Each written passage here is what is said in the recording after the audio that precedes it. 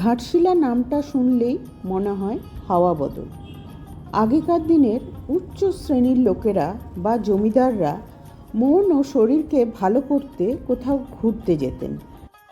তারা মধুপুর, গিরিডি, ঘাটশিলা এই অঞ্চলগুলিকেই বেছে নিতেন। আমরাও একদিনের জন্য বাই রোড পৌঁছে গেছিলাম ঘাটশিলা। উঠেছিলাম সুবর্ণরেখার নদীর তীরে সুবর্ণভিলা রিসর্টে। সুবর্ণভিলা রিসর্ট বা রোড ট্রিপ টু ঘাটশিলা এই নিয়ে ভিডিও আমি আগে আপলোড করেছি, ডেসক্রিপশন বক্সে লিংক রইল। আমরা রিসর্টে পৌঁছেছিলাম লাঞ্চের ঠিক আগে, তাই রিসর্টে লাঞ্চ সেরে খানিকক্ষণ রেস্ট নিয়ে আমরা বেরিয়ে পড়েছিলাম বুরুডি লেকের উদ্দেশ্যে, যেটি রিসর্ট থেকে প্রায় 15 কিলোমিটার দূরে।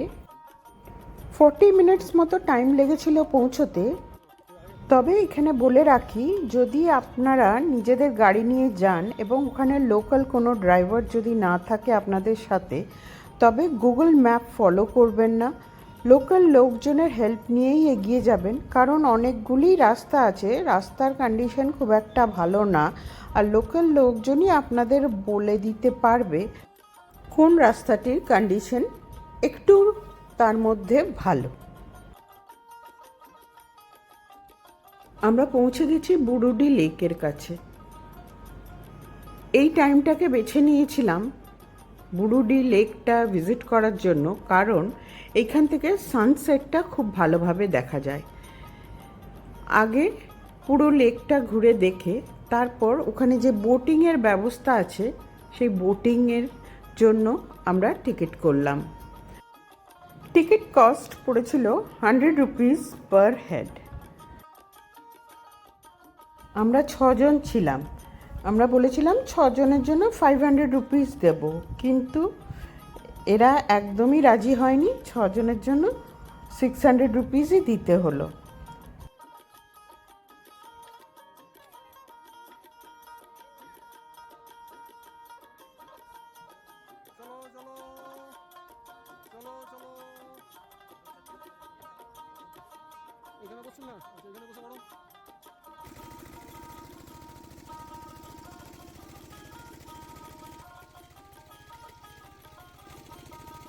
আমরা তখন লেকে বোটিং করছি, আর ঠিক তখনই যেন সানসেটের টাইমও হয়ে গেছিল। অপূর্ব সুন্দর একটা ভিউ আমরা ক্যাপচার করেছিলাম সানসেটের।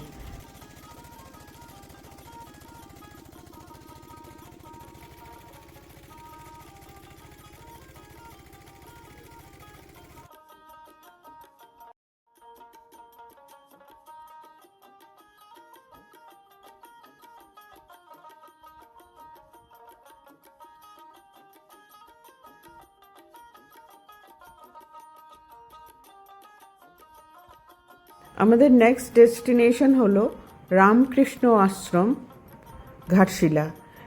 সেইখানে আমরা সন্ধ্যা আরতি দেখব, সেই মতো আমরা পৌঁছেও গেছিলাম।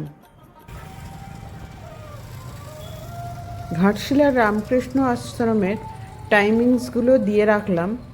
আশ্রমটি বেশ বড়, ভেতরের পরিবেশ খুবই শান্ত। ওই দূরে মন্দিরটি দেখা যাচ্ছে, যদিও মন্দিরের সামনে আমরা কোনো রকম ভিডিও তুলিনি, একটা স্টিল ফটো আপনাদের সাথে শেয়ার করলাম। তারপর কি অন্ধকার নেমে এসেছিল পুরোপুরি, তাই রিসর্টে ফেরা। সেই রাতটা রিসর্টে কাটিয়ে পরের দিন সকালে আমরা বেরিয়ে পড়ব রিসর্ট থেকে। তার আগে রিসর্টের সাথে সাথে সুবর্ণরেখার ভিউটাও আপনাদের সাথে শেয়ার করে ফেললাম।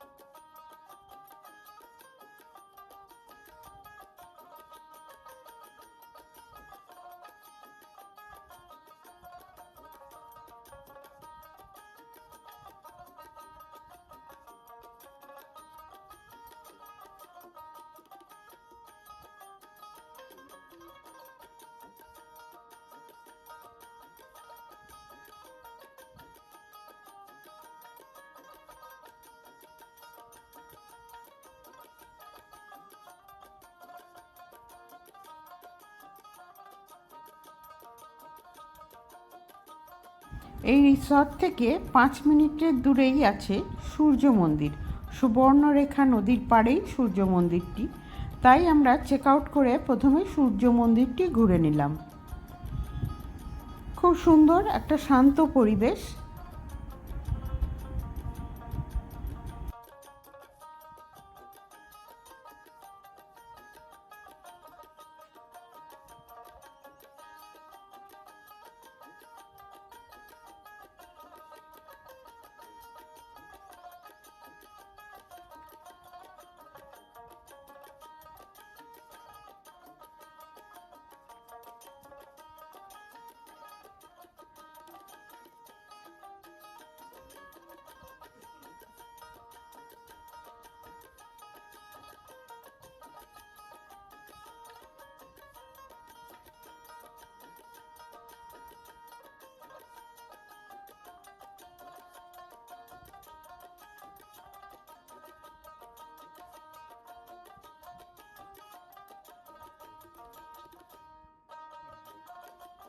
সূর্য মন্দির দেখে আমরা নেক্সট যেখানে যাব সেই জায়গাটি হয়তো সবাই আপনাদের সাথে শেয়ার করবে না।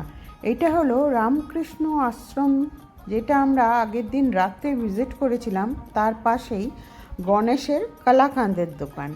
এইখানের কালাকান্দ কিন্তু খুবই বিখ্যাত, যদিও আমাদের লাক ফেভার করেনি। আমরা যখন ওখানে পৌঁছলাম তখন ওনার পুরো যে কালাকান্দের স্টক ছিল পুরোটাই অর্ডারি স্টক ছিল। উনি শুধু আমরা অনেক দূর থেকে গিয়েছিলাম বলে আমাদের অল্প একটু টেস্ট করতে দিয়েছিলেন। তৈরি হচ্ছিল চোখের সামনে কালাকান্দ। ফোন নাম্বারটা শেয়ার করলাম আর বলে রাখলাম যদি কোনো দিন এখানে যান তাহলে ওনার কাছে কিন্তু আগে থেকে কল করে বুক করে রাখবেন, না হলে আমাদের মতো নাও পেতে পারেন। এরপরে আমরা চললাম সেই বিখ্যাত জায়গায়, গৌরীকুঞ্জ। আমাদের বিখ্যাত সাহিত্যিক বিভূতিভূষণ বন্দ্যোপাধ্যায় যেখানে তার শেষ জীবনটা কাটিয়েছিলেন। কিছু লেখালেখি করতে তিনি এখানে আসেননি, তিনি এসেছিলেন শেষ জীবনটা রিল্যাক্স করতে, মানে ফর এ চেঞ্জ। যেটা ভিডিওর শুরুতেই বলেছিলাম, হাওয়া বদল করতে আসতেন অনেক বিখ্যাত ব্যক্তিত্ব, তার মধ্যে বিভূতিভূষণ বন্দ্যোপাধ্যায়ও ছিলেন একজন। এখানে যিনি কেয়ারটেকার ছিলেন উনি বললেন এখানে কোনো রকম ভিডিওগ্রাফি করা যাবে না, নাকি ওনার কাছে এইরকমই নির্দেশ আছে। তাই প্রথমে আমরা কোনো রকম ভিডিওগ্রাফি করিনি, পরে একটু ভিডিওগ্রাফি করার চেষ্টা করেছিলাম।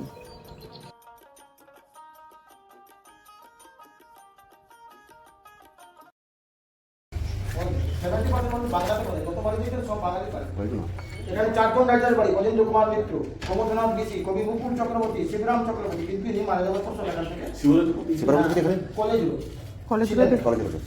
পঞ্চপাণ্ডব হচ্ছে আপনাদের কবি মুকুল চক্রবর্তী কাশিদা। আর এখানে দুটো বাড়ির পরে গজেন্দ্র কুমার মিত্র, তার পাঞ্চজন্য রায়জাগ উপস্থাপনের কালা অনেক বই লিখেছেন। ওনার ব্যবহৃত বেশ কিছু জিনিস ভেতরে সংগ্রহশালায় রাখা আছে, আর বাইরে আছে এরকম ছোট্ট একটি পাঠশালা যেখানে পড়ানো চলছে। আপনারা যদি চান এখানে কিছু ডোনেশনও করতে পারেন, সে ব্যবস্থাও আছে সব রকম। যাই হোক, বেশ অনেকটা সময় এখানে কাটিয়ে ফেললাম।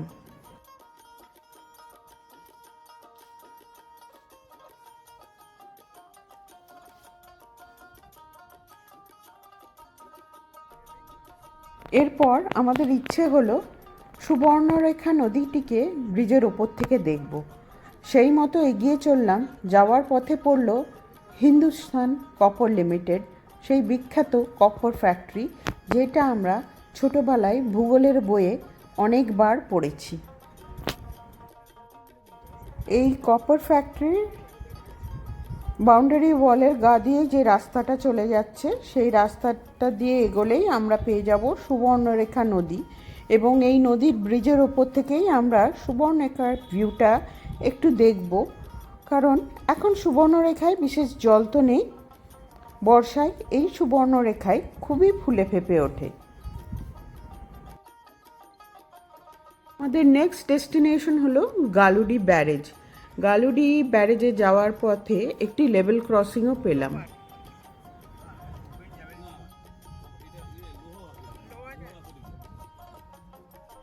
পৌঁছে গেছি ব্যারেজের কাছে।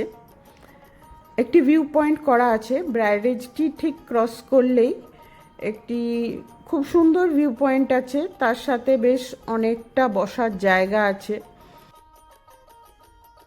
এখানে কিন্তু ব্যারেজ থেকে ধরা মাছও বিক্রি হচ্ছিল, কন্টেনার থাকলে নিয়ে আসতাম বাড়ি।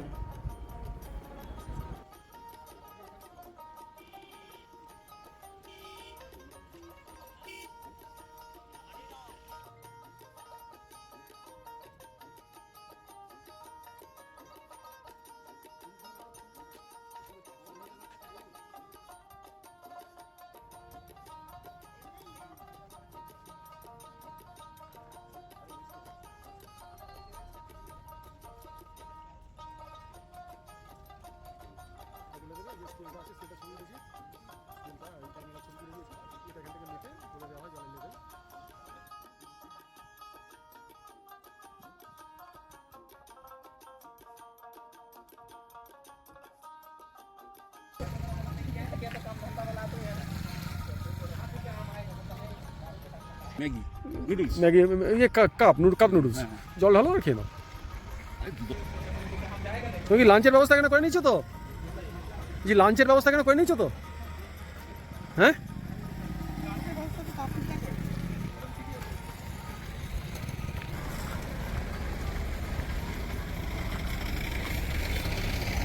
এই গালুডি ব্যারেজ থেকে প্রায় 10 কিলোমিটার দূরে আছে রঙ্কিনী মায়ের মন্দির, যেটি জাদুগোড়ায়। বেশ ভালো ভিড় হয় মন্দিরটিতে, হাতে সময় নিয়ে যেতে হবে কিন্তু। ঘাটশিলায় কিন্তু দেখার মতো বেশ আরও কয়েকটি স্পট আছে, যেমন সিদ্ধেশ্বর শিব মন্দির, সিদ্ধেশ্বর পাহাড়ের ওপরে। এই পাহাড়ি রাস্তাটা একটু এবড়ো খেবড়ো। আর আছে ধারাগিরি ওয়াটারফলস, যেটাও যেতে হবে পাহাড়ের ওপরে, তার রাস্তাটাও একটু খারাপ। আশা করছি ভিডিওটা আপনাদের কাছে হেল্পফুল হবে। So stay in touch with Soma and her passion. See you all my friends and love you all. Bye.